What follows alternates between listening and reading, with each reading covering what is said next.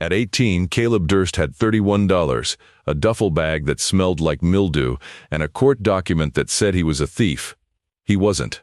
But the judge hadn't seen it that way, and neither had anyone else in Harlan Falls, Virginia, except maybe Walt Durst, who was already dead by the time the verdict came in. The only thing the county left Caleb was the deed to Walt's old fire station on the edge of town. A building nobody wanted, and a decommissioned Engine 7 that hadn't moved in 11 years. Garrett, Caleb's cousin, got the house, the savings, and everything Walt had built. Caleb got the rust. But 3 weeks after he crawled into that fire truck to sleep, when he finally worked up the nerve to reach behind the rear bench seats, he found something Walt had sealed there before Caleb was even old enough to remember him. And what was inside was something no one in Harlan Falls expected to ever see again. The theft charge was a lie so clean it looked like the truth. A hardware store on the main street of Harlan Falls. An open register. $412 missing on a Thursday afternoon. And Caleb Durst, 18 years old, standing behind the counter alone when the manager walked back from the stockroom. That was all it took. He hadn't taken the money. Garrett had.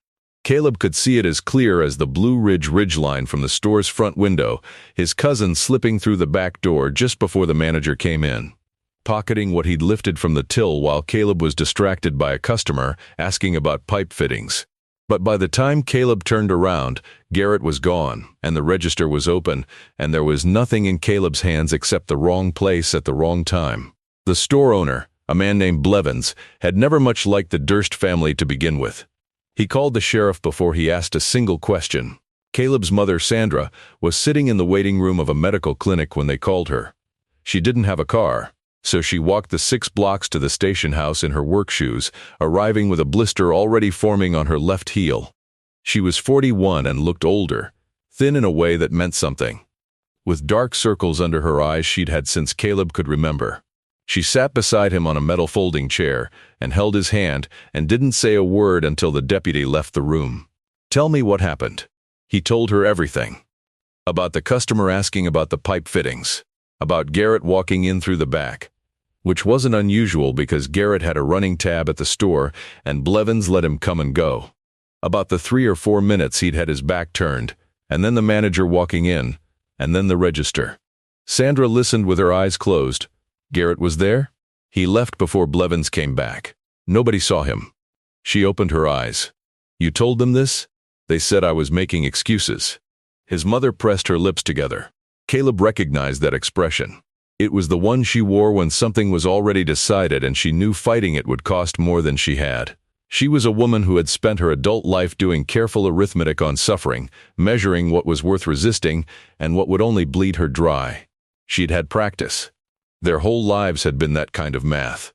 The court-appointed lawyer was a young man who showed up with a folder of someone else's notes and suggested Caleb accept a plea agreement. "First offense," he said. "No record. Community service and a fine. Better than trial," he said, because juries in Harlan Falls County didn't look kindly on theft. Caleb asked what happened if he said he was innocent. The lawyer looked at the file. "Then we go to trial and I have 48 hours to prepare." Caleb took the plea. He wasn't supposed to feel humiliated by it. A plea agreement was practical, the lawyer said, not an admission of guilt in the court of public opinion. But Harlan Falls was a town of 4,000 people, and the hardware store sat on the main street, and Blevins had a loud voice. Within a week, Caleb's name was attached to the story the way mud attaches to a boot. People looked at him differently. Not with hostility exactly, but with that flat, careful blankness that meant they'd decided something and were being polite about having decided it. He lost his part-time job at the grain cooperative before the community service hours were even assigned. The supervisor called him in on a Monday and said he was sorry, but they had to think about the business. Caleb packed his locker into a plastic bag and walked home in the rain. He and his mother lived in a rental house on the south side of town, 2 bedrooms, no insulation to speak of. A furnace that worked intermittently. Sandra cleaned houses for a living and made enough to keep the lights on most months. There was no margin. There had never been margin. When the fine from the plea agreement arrived, $340, payable within 60 days, Sandra sat at the kitchen table looking at the notice for a long time without speaking. "I'll find something," Caleb said. "I know you will." She wasn't sure. He could hear it. He wasn't sure either. He applied for work at every business in Harlan Falls that was hiring. Most of them weren't. The two that were took one look at his plea paperwork and thanked him for his time. He drove 2 towns over and tried there, and did better, getting as far as a second interview at a car wash before the manager ran a background check and called him that evening to say the position had been filled. The month after that was thin. Sandra went down to 1 meal a day without telling him. He found out when he came home early one afternoon and caught her dividing a single can of soup into 2 portions. He told her to stop. She told him it was fine. It wasn't fine. None of it was fine. But they were Dursts, which in Sandra's version of things meant you kept your head up and your complaints to yourself, and you put one foot in front of the other until you found the other side of the trouble. Her version had worked, mostly as long as Caleb could remember. He'd never had reason to doubt it. Then the letter came. It arrived the same week as the soup can, on a Tuesday, in an envelope from the county clerk's office with a return address Caleb didn't recognize. He opened it at the kitchen table. Inside was a deed and a 1-paragraph cover letter informing him that one Walter Harlan Durst, deceased, had named Caleb Durst as sole beneficiary of the property located at 14 Station Road, Harlan Falls County. Caleb read it twice. He'd known Walt the way you know a great uncle you see once or twice a year at family gatherings, a large, quiet man with big hands and a white mustache who nodded at Caleb across the potato salad and occasionally pressed a $10 bill into his palm on the way out the door. Walt had been the fire chief in Harlan Falls for 27 years before he retired. He died the previous spring of a heart attack, at 73, alone in his house on the edge of town. The estate had been divided already. Garrett, who was Walt's closest blood relative on the male side and who had made a point of visiting the old man in his final years, had received the house on Elm Street and the bulk of the savings. The fire station property, a decommissioned building Walt had purchased from the county 12 years ago for almost nothing when the department moved to a new facility, had sat in limbo while the estate was being processed. Apparently, Walt had been very specific about who got it. Caleb showed the letter to his mother. She read it and sat quietly for a moment. Then she said, "Walt always liked you. I don't understand why he'd leave me property." "Because you reminded him of himself," Sandra said. She folded the letter and handed it back.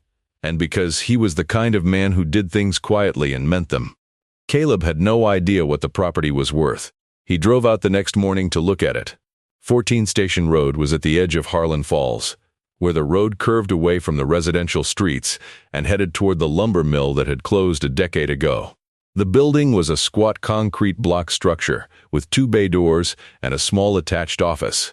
The exterior walls were painted a faded red that had gone to dusty rose in the sun. The lettering above the bay doors, Harlan Falls Fire Station No. 2, was still visible but flaking. Both bay doors were rolled down and padlocked. The small office window was dark, and inside the right bay, visible through a gap at the bottom of the door, was the front bumper of Engine 7. Caleb found the key on his key ring that matched the lock on the office door. He let himself in. The office was small and still, a desk, a filing cabinet, a coat rack with an old turnout coat hanging from it, and a photograph on the wall of Walt's crew standing in front of Engine 7 sometime in the 1990s. Walt stood in the center, younger, with his chest out and his cap on straight. He looked like a man who knew exactly where he was supposed to be. The door from the office opened into the right bay. Engine 7 was a 1987 apparatus, long-nosed, red-painted, with the chrome faded to a dull gray and the tires flat from years of sitting. The cab windows were dusty, but uncracked. Caleb walked around the truck twice with his hands in his pockets. He couldn't sell the truck. It was too old and too far gone to be worth anything to another department. He couldn't afford to get the building operational. He didn't have money to clear the property or make it presentable. He couldn't even pay someone to assess what he had. What he had was a decrepit fire station, a broken-down engine, and a deed that the county would start charging him taxes on the following year. He drove home and sat in the kitchen and thought about Garrett. His cousin had walked away from Walt's estate with a 4-bedroom house and $32,000 in savings. The family had murmured that Garrett had earned it by being present in Walt's final years, showing up on weekends, helping with the yard, making sure the old man had groceries. Nobody questioned it. Nobody asked whether the visits were affection or calculation. Garrett had a way of presenting himself that made everything he did look like generosity, a quality Caleb had always noticed and never trusted. Garrett had taken the money from that register. Caleb was as certain of it as he was of anything in his life. And Garrett had let Caleb take the fall without a word, without even a flicker of discomfort at the family gathering 2 months later, where Caleb showed up with his community service bracelet still on his wrist. That was the kind of man Garrett was. And that was the kind of man who had inherited Walt's house. Caleb sat with that for a long time. Then he packed his duffel bag. His mother stood in the kitchen doorway and watched him carry it to the truck. "You're going out there to stay?" "The building has a cot in the office. I checked." "Caleb, I've got the deed, Mom. It's mine. And I can't find work here anyway." He paused by the door. "I'll figure it out." Sandra studied him the way she studied everything, with that clear, steady look that meant she was measuring the size of the thing and the size of him against it. Then she nodded once. "Come home if it gets bad." "I know." He drove out to Station Road in the gray November morning and unlocked the bay doors himself. They rolled up with a grinding sound that sent birds scattering from the eaves. Cold air pushed out, carrying the smell of rubber and oil and old cement. Engine 7 sat in the bay like something preserved from another time. Caleb stood there looking at it for a while. Then he opened the cab door, climbed up into the passenger seat, and sat. Nobody was watching. Nobody was expecting anything. The cab smelled like diesel and something else. Something older and softer that might have been Walt's coat. Or might have been all those years of men climbing in and climbing out on their way towards something that needed them. Caleb put his head back and closed his eyes. He was 18 years old, broke, convicted of a crime he hadn't committed, and sleeping in a fire truck. He didn't know what to do next. He fell asleep before he'd decided. He woke in the dark to the sound of wind off the ridge. For a moment he couldn't place where he was.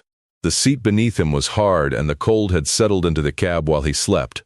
The kind of cold that comes from concrete walls and metal surfaces and a building that hasn't held heat in years. He pulled his jacket tighter and waited for his eyes to adjust. The bay doors were still up. Through the wide opening he could see the edge of Station Road, a strip of pavement going silver in the moonlight. Beyond it, the ridge was black against a sky full of stars. He climbed down from the cab and stood in the bay. The temperature read 31 degrees on the small thermometer nailed to the office doorframe. Caleb found a sleeping bag in the back of his truck, he'd brought it just in case, and dragged the cot from the office into the bay, closer to the truck, where the concrete walls blocked some of the wind. It wasn't warm. It was better than nothing. That was the first night. The second morning was clear and sharp, the kind of Blue Ridge November day where the light comes down through the bare trees in long pale columns and everything smells like cold and cedar.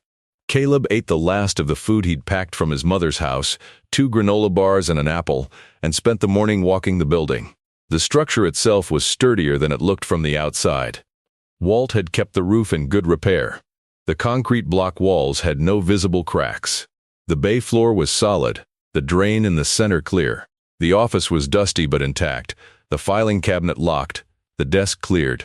The coat rack beside the door held Walt's old turnout coat, heavy canvas with reflective strips gone dull. Caleb took it down and put it on over his jacket. It was 3 sizes too large. It was warm. He wore it the rest of the day. He went through the office carefully, not looking for anything specific, just trying to understand what he'd inherited. He found bills in the filing cabinet, utility notices from when the building was still connected, county tax receipts going back a decade, maintenance logs Walt had kept in neat handwriting. He found a coffee mug on the desk with the station's logo faded on the side and a residue in the bottom that told him it had been sitting there a long time. A pocket calendar from 3 years ago hung on the wall, still open to February. Walt's handwriting filled several of the date boxes: oil delivery, inspection, Caleb's birthday with a small star beside it, as if he'd meant to call and wasn't sure he would. He had. Caleb remembered it now, a brief call on a Sunday afternoon, Walt's slow mountain drawl saying happy birthday and asking how things were going, and Caleb saying fine and Walt saying good, and neither of them saying anything else. It hadn't seemed like much at the time. He looked at the star on the calendar for a while. Then he went out to the truck. Engine 7 was a disaster up close. The tires had gone to flat ovals from years of sitting. The chrome had oxidized to a rough gray. The paint was faded and crazed, lifting in small curls along the hood and running boards, but the body was straight. No rust through the panel, no rot in the frame. Walt had covered it with a fitted tarp that had kept the worst of the weather off the cab and engine compartment. When Caleb lifted the hood, he found the engine oily but intact, the belts dry cracked but present, the battery dead. He lowered the hood and walked around to the side. The door to the cab was stiff but not seized. He opened it again and stood looking at the interior. The driver's seat was cracked vinyl, the foam beneath showing through in 2 places. The gauges were dark. The radio mount was empty, the radio long since removed when the truck was decommissioned. On the dash, someone had taped a small printed note that was mostly unreadable now. Just a faded block of text with a department crest at the top. He reached across to the passenger side and opened the glove box. Inside was a tire gauge, a folded map of the county with grease on the edges, and something else, a laminated card with a photograph on it. Walt's face, younger in his dress uniform. His fire chief's ID. His expression in the photo was the same one from the picture in the office, certain and unself-conscious.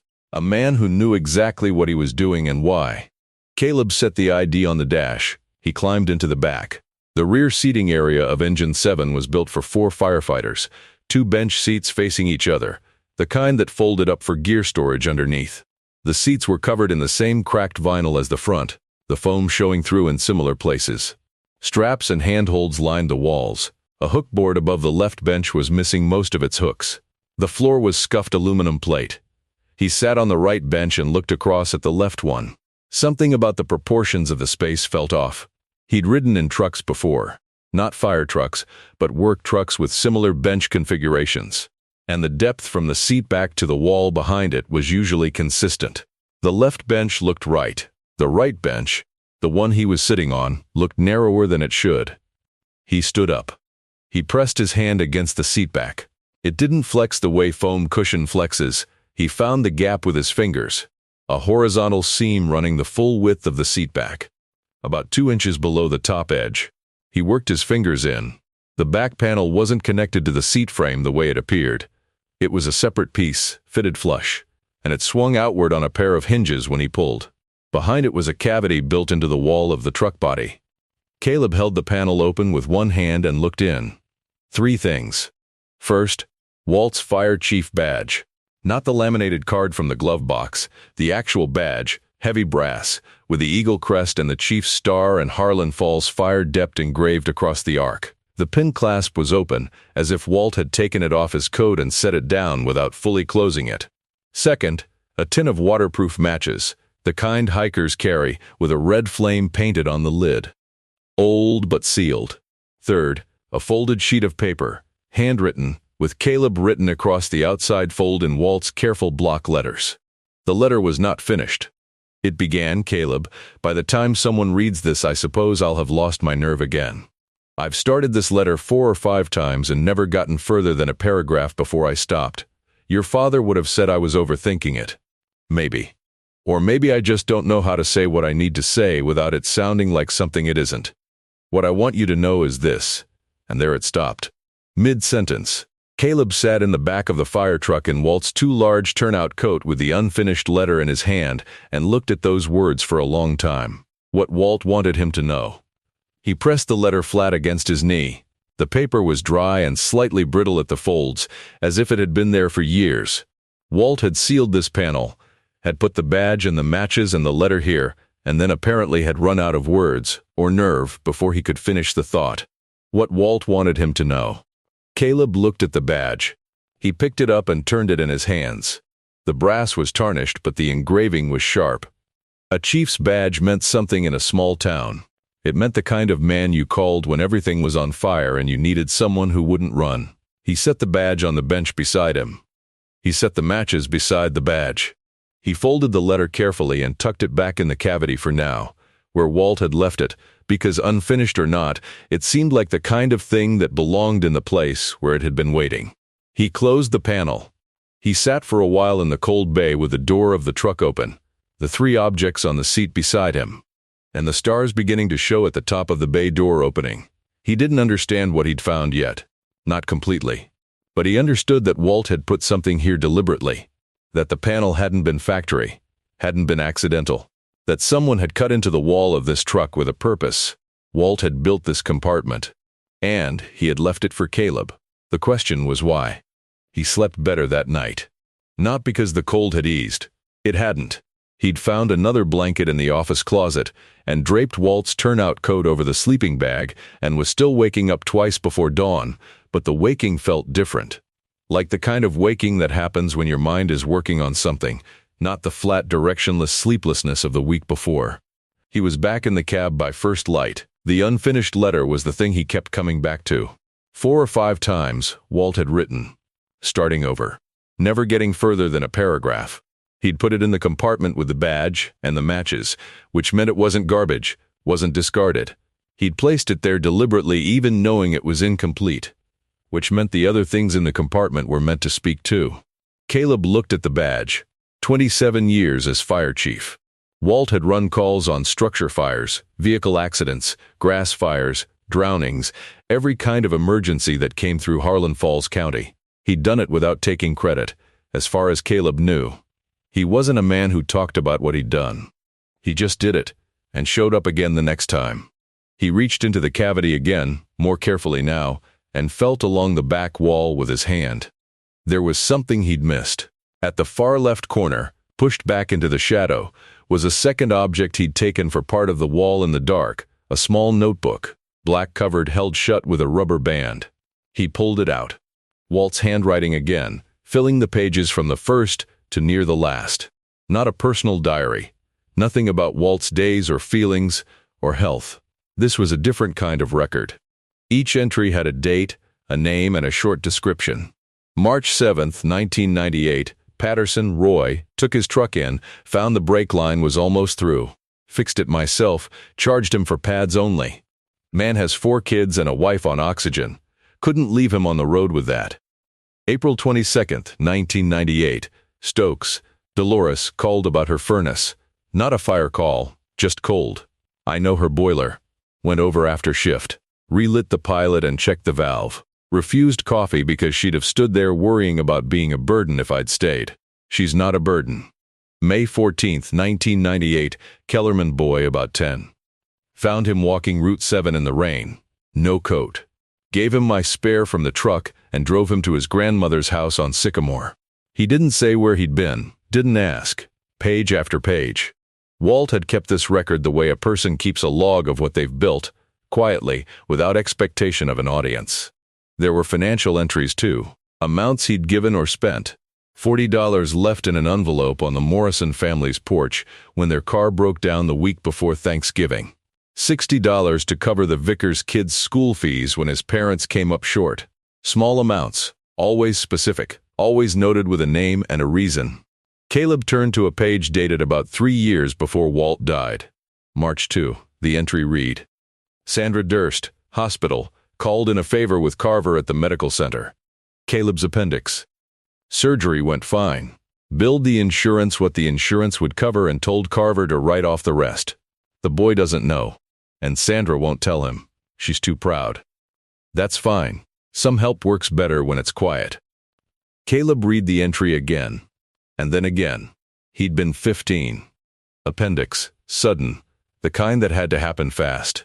His mother had driven him to the hospital herself because she couldn't afford the ambulance, and the surgery had been covered, she'd said, by a combination of their insurance and what she called a payment plan.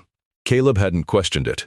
He was 15 and he'd been sick, and he was grateful the surgery happened, and he moved on the way 15-year-olds move on from things. The insurance hadn't covered it. Walt had called in a favor with the doctor. He read the entry a 3rd time, then held the notebook against his chest and sat very still in the cab of Engine 7 with his eyes closed. Walt had done this for years. Not for recognition. Not for record. The notebook hadn't been in any place anyone would look. Sealed behind a panel in a decommissioned truck in a building nobody was supposed to be in. He'd written it for himself, the way some people write down prayers. Because the act of recording it mattered to him. Because he needed somewhere to put the weight of all those small kindnesses, so it didn't all just evaporate when he died. But he'd also left it in a place where it could be found. Where Caleb could find it. Caleb opened the notebook again and turned to the last written page. The final entry was dated 11 months ago, 6 weeks before Walt died. November 9. Went to the station today to check on Engine 7. Built the panel better than I thought. Still tight after all this time. Put what I want to leave for the boy behind the seat. The letter isn't right yet. Tried again tonight and still couldn't find the right words. Maybe there aren't right words for some things. Maybe the badge and the book are enough. Maybe he'll understand what I couldn't say. Walt? Caleb sat with that for a long time. He heard the sound of a vehicle on Station Road and looked up. Through the bay door, he could see a white pickup pulling to the shoulder across the street. A woman climbed out, heavy-set, 60 or so, wearing a canvas coat and a knit hat pulled low. She stood beside her truck and looked at the fire station. Then she looked at Caleb in the cab. She didn't move. He didn't move. She crossed the street. "You Walt Durst's people?" She called out from the edge of the lot. "I'm his great-nephew." "Caleb." She stopped 10 feet from the bay door and studied him, the sleeping bag on the cot, the duffel bag against the wall, the mug on the bench, the coat he was wearing. "You sleeping in that truck?" "When it's cold enough." She went quiet for a moment. Then she walked to her truck and came back with a foil-covered casserole dish. "I run the food pantry across the road," she said. "Dottie Pruitt. I've known Walt since before you were born." She held out the dish. "This is yesterday's leftover. It's good. He took it." "You eat yet today?" "Not since last night." She pulled her mouth to one side in the expression of a woman who has heard worse and is not going to make it into more than it is. "I'll be back with coffee," she said. Dottie came back with coffee. She also came back with a bag of groceries, a propane space heater from her stockroom, and information. She set the heater on the bay floor beside the cot and lit it without asking permission. Then she dragged 2 folding chairs from the pantry across the street and set them up inside the bay door with a casserole dish open between them. And she sat down and poured 2 cups from a thermos she'd brought in a tote bag. "Tell me what you're doing here," she said. Caleb told her. The theft charge, the plea, the job losses, the letter from the county clerk. He told it without decoration, the way you tell things when you're too tired to manage how they land. When he was done, Dottie was quiet for a moment, turning her mug in both hands.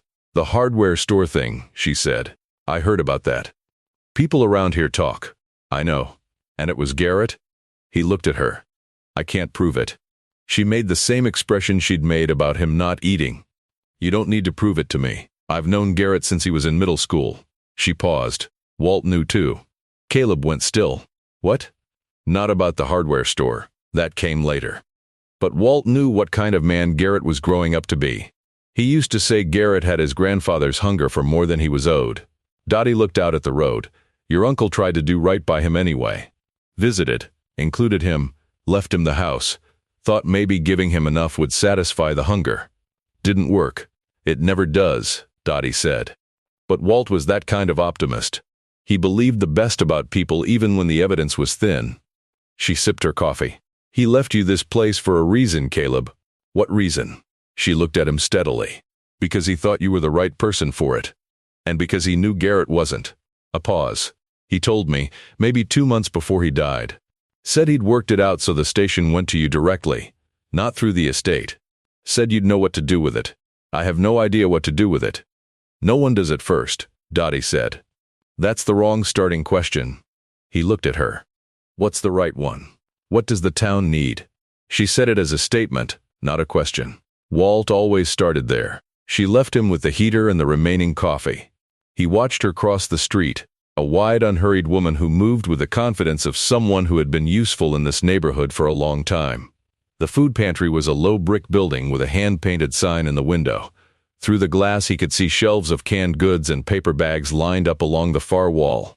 He spent the rest of that day in the office and the notebook. Walt's notebook covered 22 years of entries. Caleb, read it the way you read something that changes the shape of what you thought you knew, slowly. Going back, rereading, he mapped the families Walt had helped, the amounts, the nature of the help. Sometimes money, often labor, sometimes just time.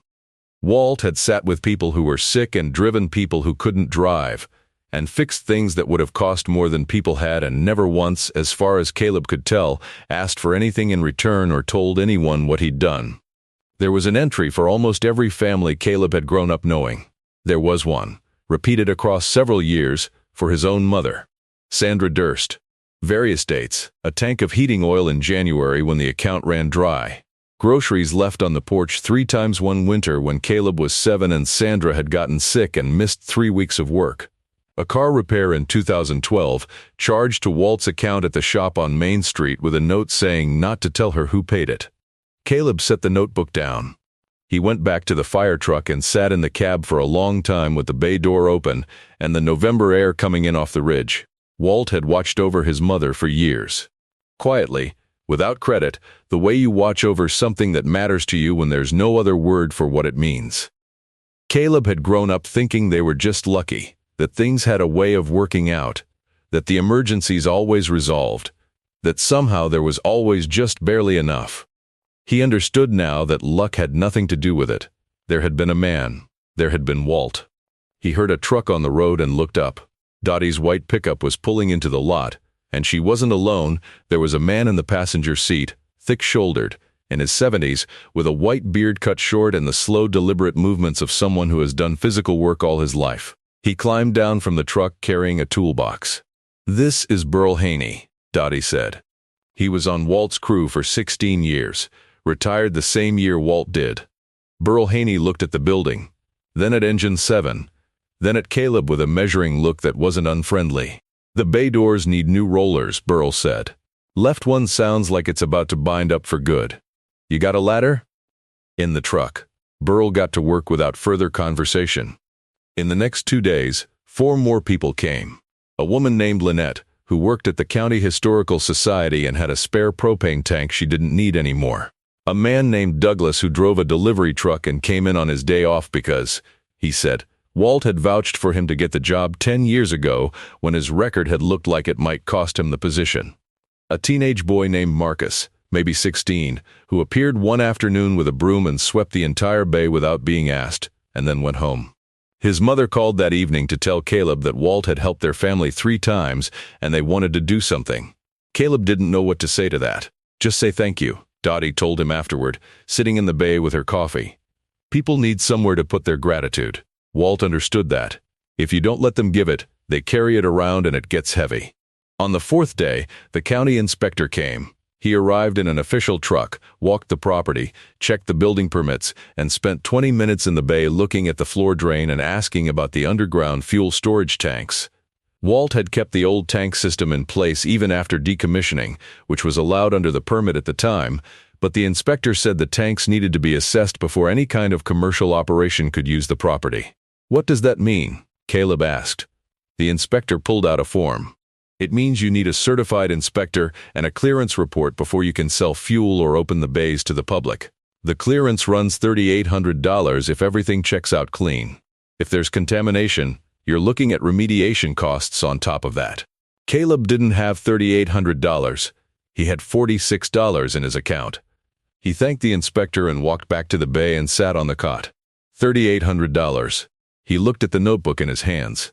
He looked at Walt's badge on the bench beside the cot where he'd been keeping it. He looked at Engine 7, enormous and still in the dim bay. He'd been here 5 days and he was already stuck.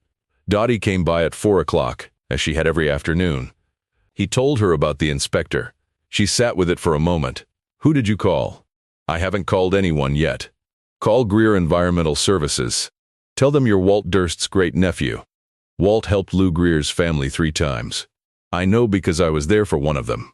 She picked up her coffee. "You might be surprised how far Walt's name travels."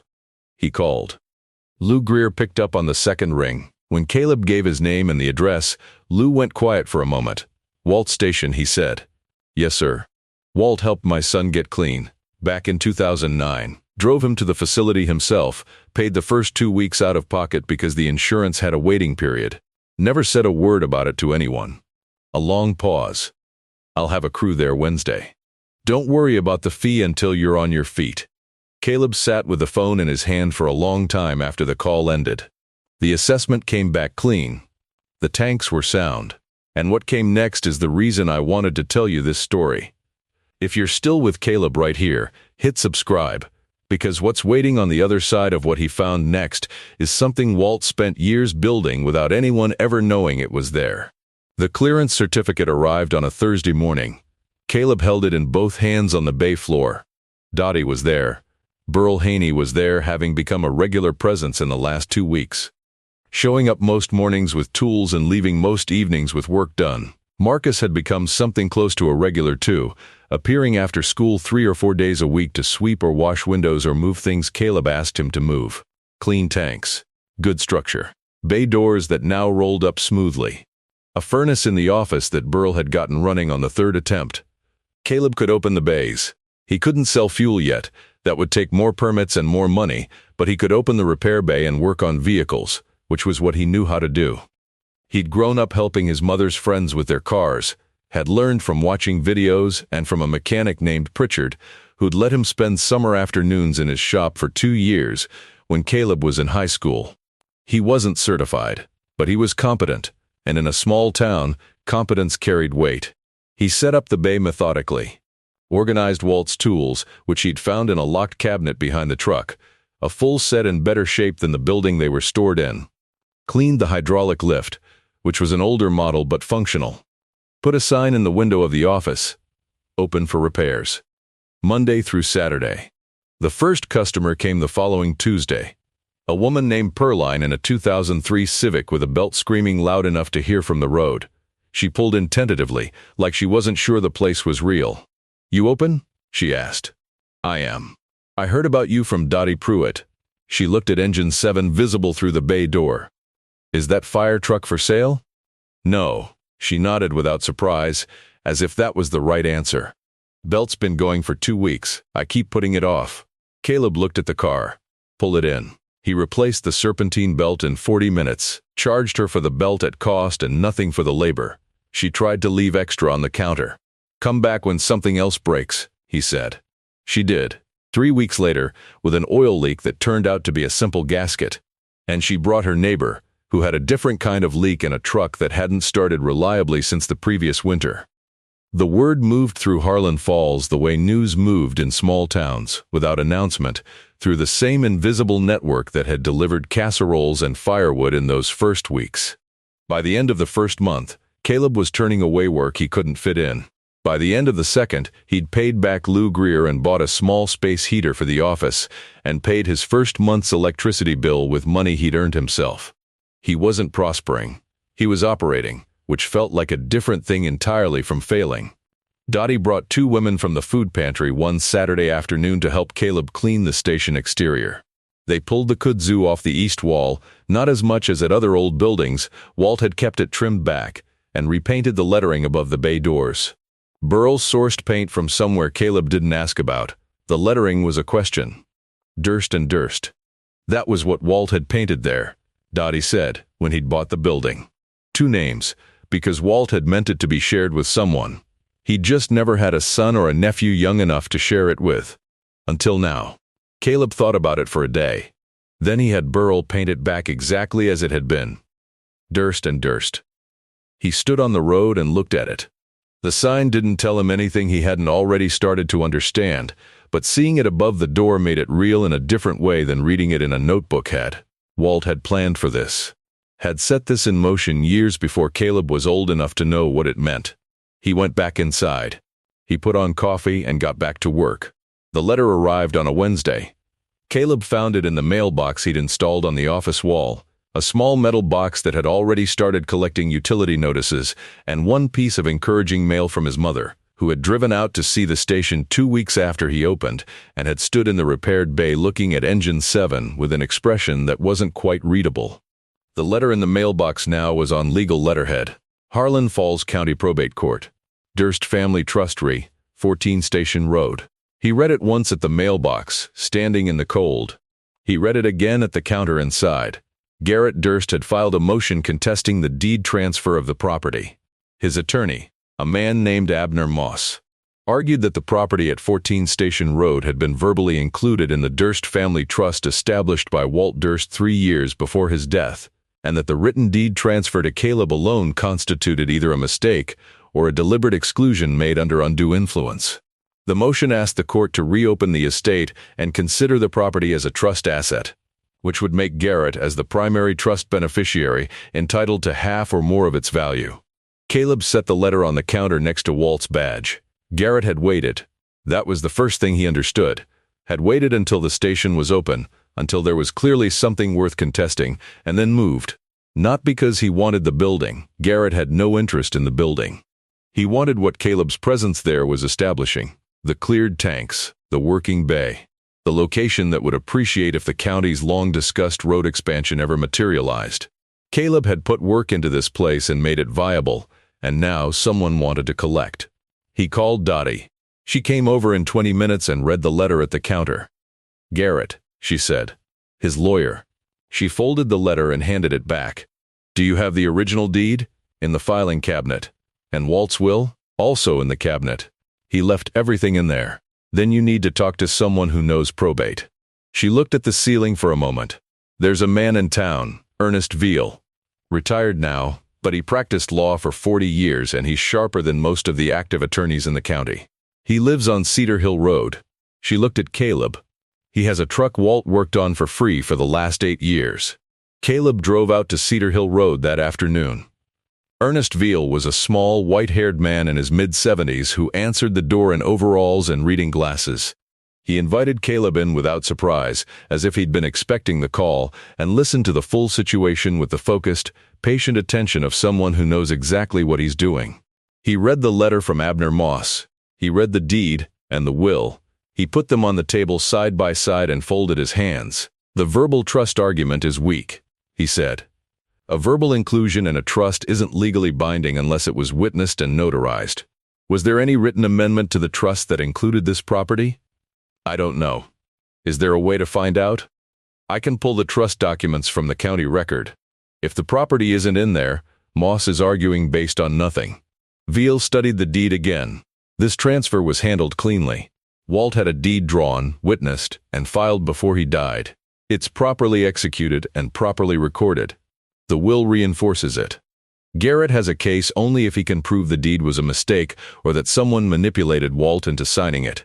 Can he prove that? Veal looked at him over the glasses. "Did anyone manipulate Walt?" "No, then no," Veal said. "He can't prove it because it didn't happen." He picked up a pen and a legal pad. "Tell me about Garrett. How often did he visit Walt in his last years? What was the nature of their relationship?" Caleb told him what he knew: the visits, the weekends, the grocery runs, the way Garrett had made himself present and useful in ways that read as affection until you looked at them sideways. Veal took notes. "I'll need to prepare a response to this motion," he said. "It'll take a few weeks. In the meantime, don't talk to Garrett, don't take calls from Moss, and don't let anyone onto this property without notifying me first." He looked at Caleb. "Can you afford a retainer?" "No." Veal looked at the legal pad and then at the deed on the table.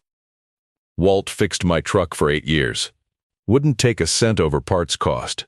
He set down the pen. "I'll defer the fee until you're on your feet." Caleb drove back to the station in the gray afternoon light. He found Garrett waiting in the lot. His cousin's car was parked at the edge of the gravel, a black truck, new, clean, the kind of vehicle that announced its owner's income without saying a word. Garrett was leaning against the hood. He was 28, athletic, with Walt's jaw and none of Walt's patience. He watched Caleb pull in and waited until Caleb had climbed out before he straightened up and put his hands in his jacket pockets. "Heard you got the letter," Garrett said. "Who told you?" "Doesn't matter." Garrett looked at the station, at the freshly painted sign above the doors, the cleared lot, the clean windows. He looked at it the way men look at things they're calculating. "You've done good work here. What do you want, Garrett?" His cousin looked at him. The expression was careful and calibrated, the one he used when he wanted to sound reasonable without being reasonable. "I want what's fair," he said. "Walt built this property up over 12 years. That's estate value, Caleb. The family should have some say in what happens to it. The deed says it's mine. The deed is being contested." "I know." Garrett took his hands out of his pockets and walked a few steps toward the bay door, looking in at engine 7. "Walt left me the house," he said. $32,000 in savings. Nobody disputed that. He turned. "I'm not the villain here. I'm just saying the property was worth more than he put on the deed, and the estate ought to reflect that." Caleb looked at his cousin. He thought about the hardware store, the register, the manager walking in. He thought about the way Garrett had sat across from him at the family dinner 2 months later with a community service bracelet on Caleb's wrist, chatting about football, never meeting his eyes. He thought about Walt's notebook and the entries covering family after family after family, and the absence of a single entry for Garrett Durst. "You know what I found in this truck?" Caleb said. Garrett waited. A notebook. Walt kept it for 22 years. Every person he helped, every amount, every reason. Wrote it all down. Names, dates, circumstances. He paused. "Your name isn't in it once." Garrett's expression shifted. Just slightly, but Caleb saw it. "Walt helped everyone." Garrett said carefully. "He just didn't keep books on family. He kept books on my mother." Silence. "He paid her bills when she couldn't," Caleb said. "Fixed her car. Left food on our porch. He wrote every bit of it down. He took care of people because that's who he was." He looked at his cousin. "He left you the house because he hoped it would be enough. But it wasn't the same as trust." Garrett said nothing for a long moment. "See you in court," he finally said, and walked to the black truck. Caleb watched him go. Ernest Veal filed the response on a Tuesday. 3 days after that, Caleb found the second compartment. He'd been working in the cab of Engine 7, cleaning the dashboard with a damp cloth, when he pressed too hard against the panel below the glove box and felt it give. Not break give, flex the way a fitted panel flexes when the latch behind it is worn. He ran his fingers along the edge, found the release point, a small, smooth depression pressed with a thumbnail, and the panel swung down. Behind it was a metal lockbox. The same kind as before, hardware store variety, brushed steel. But heavier. Caleb took it to the workbench. The key from the original cavity didn't fit this lock. He searched the cab more carefully and found the right key behind the sun visor on the driver's side, taped there with a strip of old electrical tape that had gone stiff and brown with age. Inside the box were 4 items. First, a deed. Not for the fire station, a second deed. For a parcel of land adjacent to the station on the south side, 3.5 acres of the hill behind the building that Caleb hadn't known was a separate parcel. The deed was made out to Caleb Durst and dated 2 years before Walt's death. Second, a certificate of deposit from a credit union in Harlan Falls. In Caleb's name. Matured the previous spring, 6 weeks before Walt died. The amount was $43,200. Third, a business license. Durst and Durst Automotive, issued to Walter H. Durst and to Caleb Durst jointly, dated 4 years ago. Active. Fourth, a letter. Not half written this time. Fully written, both sides of the page, in Walt's careful hand. Caleb sat on the workbench stool and held the letter flat against his knees for a moment before he opened it. The station was quiet around him. Outside, he could hear wind off the ridge, the sound of a vehicle on Station Road, the distant call of a bird he didn't know the name of. He read, "Caleb, if you're reading this, you found the second one, which means you found the first one, which means you spent enough time in this truck to understand what I was trying to say, with the notebook and the badge. I'm glad. I wasn't sure you would. I wasn't sure you'd come here at all. But I know you and I know your mother, and I know that when things go wrong for a Durst, they go to the hardest place first and work their way out. So I put what mattered in the hardest place to find. The CD is yours outright. Your name has been on it for 4 years. I worked with the credit union to make sure it couldn't be touched by the estate or by anyone else. The day I signed the deed over to you, they were already holding it. So if Garrett or anyone else is telling you the property is contested, they can't touch the money. That's yours regardless of what happens with the court. The land behind the building is also yours. I bought it from the county 12 years ago when I bought the station. I kept the parcels separate on purpose. The station sits on the first parcel. The hill sits on the second. If someone ever tries to tell you a road is going to come through here and they need the land, they're going to find out pretty fast that it takes 2 signatures to sell, and one of them belongs to a man who isn't alive to give it. I'm sorry to put that on you, but I needed to make sure nobody could push you out. Now about Garrett. I know what you probably think happened at the hardware store, and you're probably right. I've known Garrett a long time and I know the shape of what he does. I left him the house and the savings because I wanted to believe it would be enough. It won't be. Men who take what isn't theirs don't stop taking because you give them more. But I needed to try. That was my mistake to make. What I need you to know is this, Caleb, and I'm going to say it plain because I never did say it when I could have. Your mother was the best thing this family ever produced. She raised you alone and with nothing, and she did it with her head up and without ever asking a soul for help she didn't earn, even when I left things for her without telling her. She was stubborn that way. Gets it from her father. But she loved you in a way that made me proud to share a name with her. You are not a thief.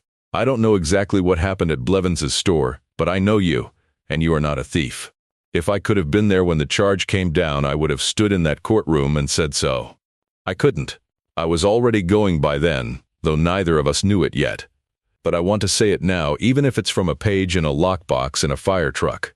You are not a thief. You are Walt Durst's family. And Walt Durst's family doesn't take what isn't theirs. What I'm giving you is what I should have given you years ago. A place to stand. A business with your name on it. The tools I spent 30 years collecting. A town that knows what the Durst name meant when I was the one carrying it. Carry it the same way. Help people when they need it. Write it down if it helps you keep track. And never ever let anyone make you feel like you're worth less than you are. I love you, Caleb. I should have said that when I had the chance. I'm saying it now. Walt. Caleb sat on the workbench stool with both pages in his hands and didn't move for a long time.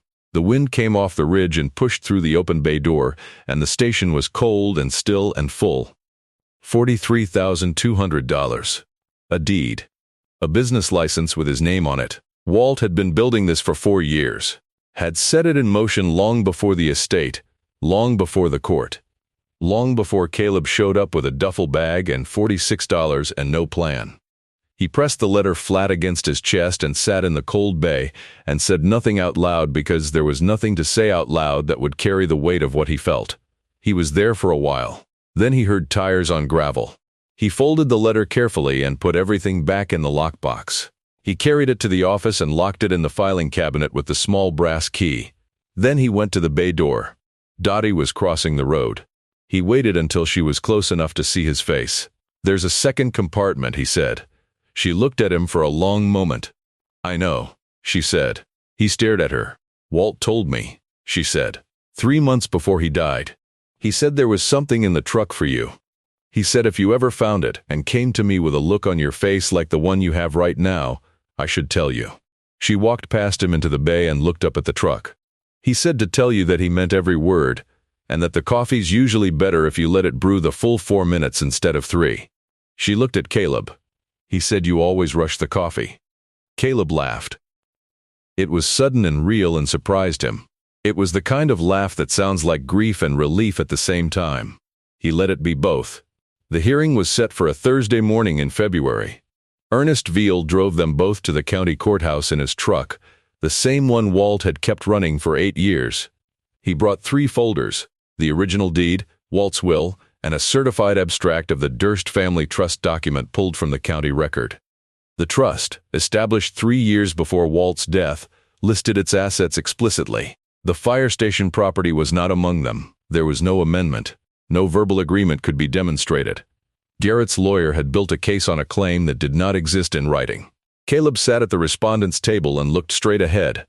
Garrett was across the aisle in the front row. He wore a jacket Caleb hadn't seen before. Dark and well cut. The jacket of a man who had dressed for a transaction. His lawyer, Abner Moss, spread folders on the table with the organized confidence of someone who believes confidence is half the argument. The courtroom was not large.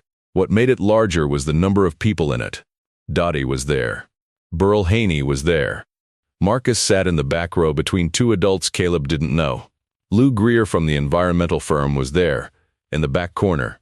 Perline, the woman with the Civic, was there. An older couple Caleb recognized as regulars from the porch was there. Douglas, the delivery driver, had taken the morning off work. There were others he knew by face, but not by name. People who had come in for repairs. People who had shown up with firewood or food in those first weeks. People who had, without announcement or coordination, decided to be in this room. Ernest Veal leaned close and said quietly, "Walt's people." The judge reviewed the motions. He asked Moss to present his argument. Moss rose and made his case about the verbal trust inclusion, citing Garrett's long-standing care for Walt in his final years and the implicit understanding that the property was family-held. The judge listened without expression. Then Veal presented the deed, the will, the trust abstract with no amendment, the clean chain of title. He spoke for 11 minutes in the flat, certain way of a man who has been right about this kind of thing so many times it no longer requires performance. The property was deeded directly to the respondent by the decedent, Properly executed, properly witnessed, and properly recorded, Veal said. It was not included in the family trust. There is no written evidence that it was intended to be. The petitioner's claim rests entirely on an alleged verbal agreement with a deceased man, unsupported by documentation or witness testimony. The judge looked at Moss. What do you have to support the verbal agreement claim? Moss stood. My client's testimony, and the record of his dedicated care for his uncle in the decedent's final years. Do you have written testimony from any witness who was present when this alleged verbal agreement was made? A pause. No, Your Honor. Do you have any documentation from the decedent indicating his intention to include this property in the trust? Another pause. Longer. No, Your Honor. The judge looked down at the papers on his bench. He looked at them for a moment with the flat, unhurried attention of someone who has heard the argument and found nothing in it to hold on to. Motion denied, he said. The property transfer is valid. The estate is closed. This matter is concluded. Garrett sat very still. Caleb exhaled. Outside the courthouse on the steps, the February sun was weak but present, cutting through the bare trees and lying cold and thin on the pavement. Veal shook Caleb's hand and said he'd send a final notice of the ruling, and that would be the end of it. Dottie hugged Caleb with both arms, the way a person hugs someone they've been watching get to the other side of something hard. Burl Haney slapped him on the shoulder once, firmly, and said nothing, which was exactly the right amount. Garrett came out of the courthouse behind them. He stopped at the top of the steps. His lawyer had already headed for the parking lot. Garrett stood there for a moment with a jacket open and the cold air on his face, looking at the group of people on the steps below him. He looked at Caleb. His expression was hard to read. It wasn't the one he'd worn in the lot, not the calculated version, not the reasonable man act. It was something quieter and less managed. He was looking at the people, Caleb realized. At Dottie and Burl and Marcus and the others, at all of Walt's people standing on the courthouse steps on a Thursday morning in February. He was seeing what it looked like when Walt's name was spoken by someone who'd meant it. He walked to his truck without saying anything. Caleb watched him go. He didn't feel triumphant. He felt tired, the good kind, the kind that comes from carrying something heavy and setting it down. He looked at the group around him and thought about Walt's notebook, about 22 years of entries, about all the names that had shown up in a courthouse today without being asked. That was what Walt had been building. Not just for Caleb. For all of them. Spring came to Harlan Falls with the smell of mud and new cedar. The dogwoods along Station Road bloomed white against the ridge, and the bay doors of Durst and Durst were open from 7 in the morning until dark, with Engine 7 still and red at the back of the bay like a large, steady presence that kept the temperature of the room from going cold. Caleb hired Marcus in April. The boy had been coming after school since November, sweeping and moving things and watching, and somewhere in those months had taught himself to change oil and check brakes and identify the sound a slipping belt made from 20 yards. He was 16, careful with tools, and had the same quality Caleb had noticed in Walt's notebook. The ability to watch something and understand it without needing it explained twice. You want the job or not? Caleb asked one afternoon. Marcus looked at the bay, at the truck on the lift, at Engine 7 in the corner. After school, he said. And Saturdays. That's what I'm offering. Then yeah, he started the following Monday. The business had steadied into something that worked. Not prosperous, not yet, but real. A consistent flow of work, repeat customers, the kind of reputation that travels on its own. People drove past 2 other shops in Harlan Falls to bring their vehicles to Durst and Durst because they trusted a place with Walt's name on it, and because Caleb ran it the way Walt had run everything. Squarely. No one was overcharged. No one was turned away for a small job. No one was talked into work they didn't need. Caleb had learned this from the notebook, from reading 2 decades of entries and Walt's careful handwriting, and he understood it now the way you understand things you've seen with your own eyes rather than just been told. Usefulness was the asset. Not the kind that showed up on the deed, but the kind that built trust the way stone builds a wall, slowly, one piece at a time, each piece bearing the weight of the one above it. He paid Marcus what he could, which was more than minimum wage and less than a certified mechanic. Marcus didn't complain. He spent his off hours in the bay on his own, reading a manual on diesel diagnostics that Caleb had picked up at a used bookstore, taking notes in a composition book with Walt's handwriting showing on the edges. Caleb didn't mention the resemblance. Some things you noticed and kept. One afternoon in early May, a woman he'd never seen pulled into the lot in a minivan with a cracked taillight and 3 children in the back, and the particular quiet around her eyes that meant she was working very hard not to show how close to the edge she was. She asked for a tire rotation. The front left was more than low. It had a nail in it, invisible from the outside. Caleb pulled the nail, patched the tire, rotated the set, filled all 4 to spec. When she went to pay, he handed her the keys and said the rotation was on the house. She looked at him. "I can pay." "I know. Come back when something else needs doing." He watched her drive away and thought of all the entries in the notebook where Walt had done the same. Of the woman with the oxygen. Of Caleb's own mother on a porch finding groceries she didn't know how they got there. Of the boy walking Route 7 in the rain with no coat, given a spare jacket from the truck without being asked why he was alone. Walt had never explained his logic. He'd just done the thing. That was the whole of it. His mother came out one Saturday afternoon with a casserole and Connie's old beach chair and sat in the bay door with her shoes off, watching Caleb and Marcus work on a transmission together. She didn't say much. She sat and drank the coffee Caleb brought her and watched the 2 of them and occasionally said something that made Marcus laugh. When they were done for the day and Marcus had gone home, Sandra walked through the bay. She stopped at engine 7 and put her hand on the hood. "Walt would be glad," she said. "You think so?" She turned and looked at her son. "He called me twice, the spring before he died. Said he was working something out. Said he wanted to make sure you had a place to land if things went hard." She looked at the truck. "He never said it was this. He just said there would be something."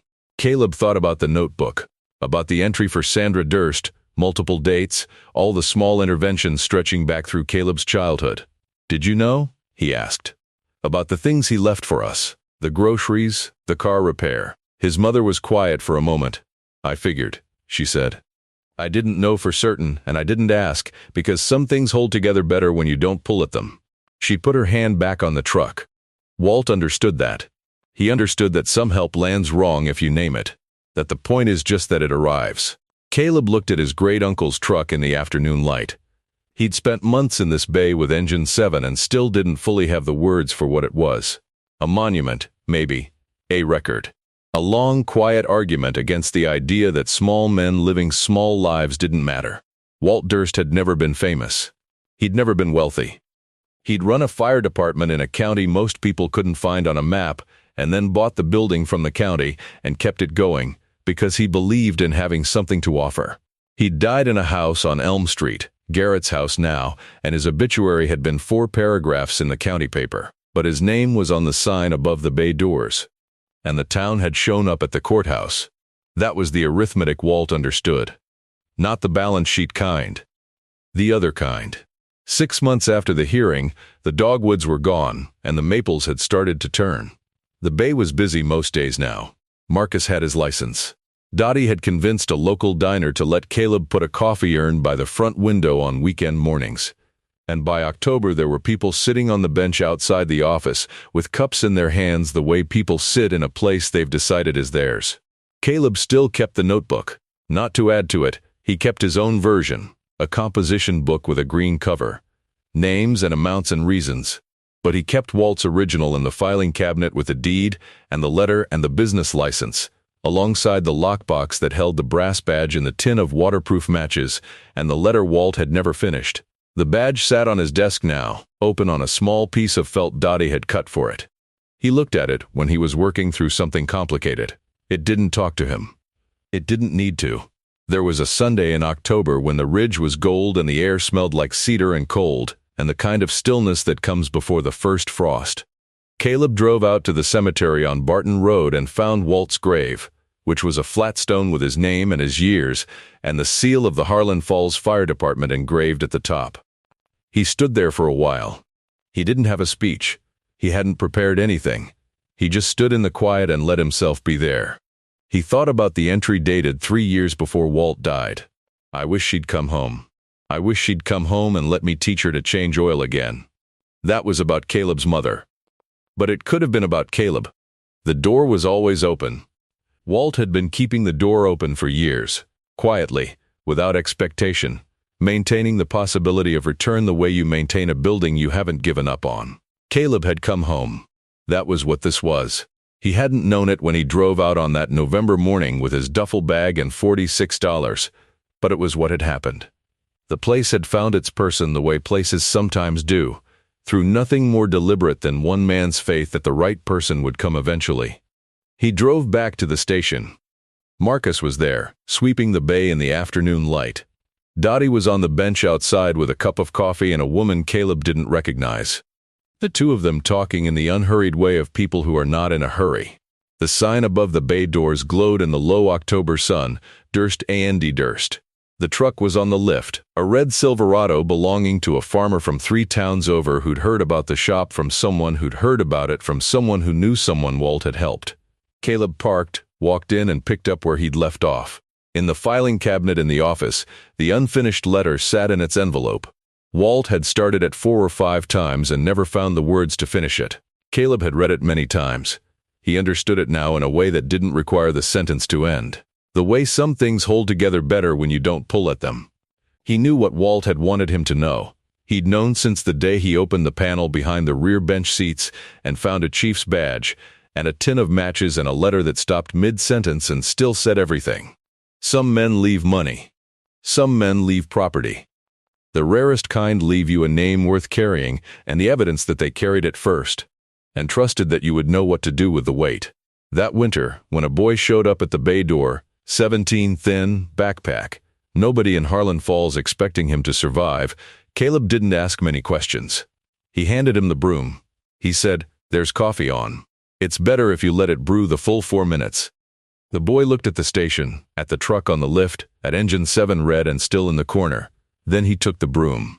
And Caleb went back to work. The world forgets most of what it builds. But some things stay, not because they were loud, not because they were large, but because someone kept the light on long enough for the right person to find their way back.